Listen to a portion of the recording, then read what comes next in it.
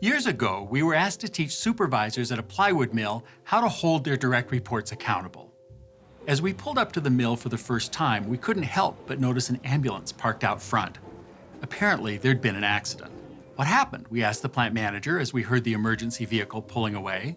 Well, there was an incident on the graveyard shift. An incident? Well, a supervisor and his employee had a disagreement. Since we were there to train supervisors about just such challenges, we probed for more detail. Well, the employee wasn't following procedure, and the supervisor pointed out the infraction, led to an argument, and then the supervisor punched the guy out, and we had to send him to the hospital. Now, we were there to teach accountability skills.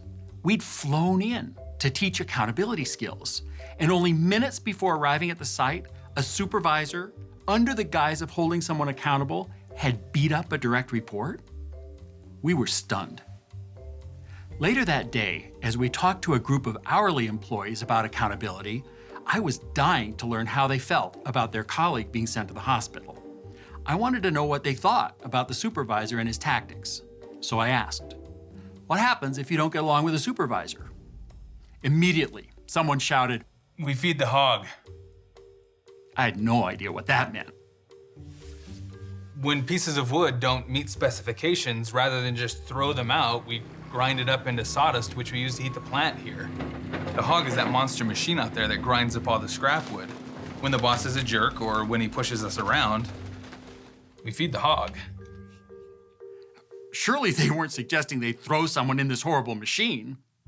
If our bosses threaten us, we take perfectly good plywood and throw it in the hog. It kills our supervisors' productivity and yield rates, and it gets them in big trouble with their supervisors. I mean, it's our way of getting even. That's right. Absolutely.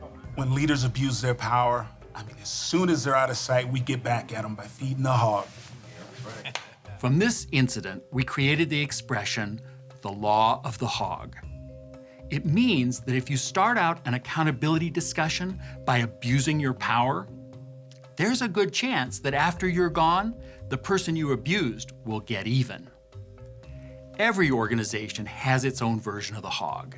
In some places, people spend hours talking about abuse, and this non-productive time costs the company.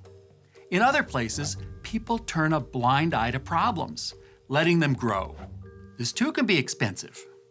Whatever the form of retribution, the lesson is the same. As you prepare to talk about a problem, you need to be on your best behavior. Don't get started on the wrong foot by abusing your authority. Instead, learn how to discuss the issue in a way that describes the problem, but doesn't abuse the other person. Better still, learn how to describe a problem in a way that actually enhances your relationship. Otherwise, if you're tempted to start the conversation by drawing down on your power, you might just be feeding the hog.